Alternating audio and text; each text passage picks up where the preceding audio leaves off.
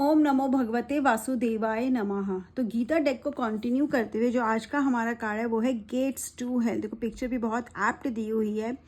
शतरंज का गेम सबको पता है, ठीक है, कि पांडवों ने कौरवों के साथ खेला था और किस तरह से वो कहीं ना कहीं उनकी हार एक बहुत बड़ा लेसन है हम सब लोगों के लिए भी।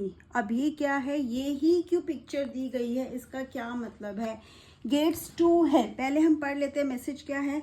ये है chapter 16 verse 21। There are 3 gates that open the way to hell and the degradation of the soul, lust, anger and greed. Avoid these 3 at all cost O Arjuna. Kishan ji बोलते हैं कि हमारी लाइफ में जितनी भी मिजरी है, जितनी भी प्रॉब्लम है, जितना भी है, उसके रीज़न सिर्फ 3 चीज़ें हैं और वो 3 चीज़ें हैं लस्ट, एंगर एंड ग्रीड। कहीं ना कहीं हमारा लालच, हमारा लस्ट, ठीक है, हमारा लालच किसकी तरफ बढ़ता है, कहीं ना कहीं वो एक लस्ट का फॉर्म ले लेता है, या लालच लस्ट का फॉर्म ले लेता है। लस्ट लालच का जो भी है, लेकिन वह कहीं ना कहीं वो लालच ही है एक तरह से। और वो कहाँ जाता है, फिर वो एंगर में फॉर्म हो जाता है और कहीं ना कहीं हम सब कुछ गलत करना शुरू कर देते हैं कि गुस्से में किया गया काम कोई भी सही नहीं होता। अगर हम इस पिक्चर को भी समझे, यहाँ पर भी यही हुआ था।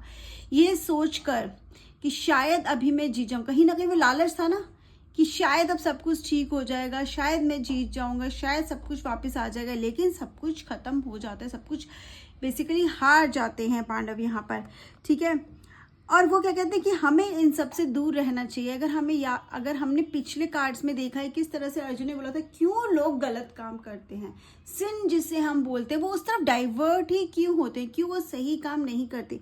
उसका रीज़न भी क्या है, हमारे ग्रीड ही है, हमारा लालच ही है, जो कहीं ना कहीं गुस्से को और क्राइम्स को और हमारे अंदर की ईविल को बाहर लाता है। तभी तो बोला गया कि विल पावर क्या है, हमारे हाथ में है।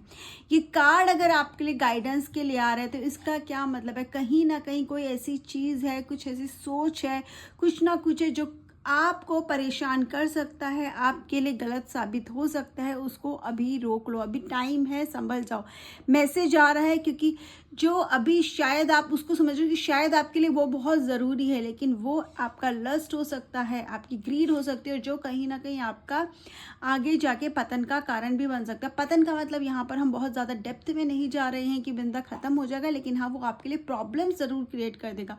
और हम भूल जाते हैं कि हमारी छोटी छोटी प्रॉब्लम से कहीं ना जाके बड़ी प्रॉब्लम का रीज़न होती है।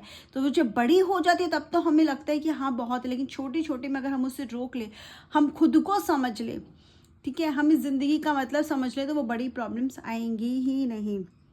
बाकी आप लोगों को इस कार्ड से क्या समझ में आया, कमेंट सेक्शन में ज़रूर बताइएगा। जय श्री कृष्णा।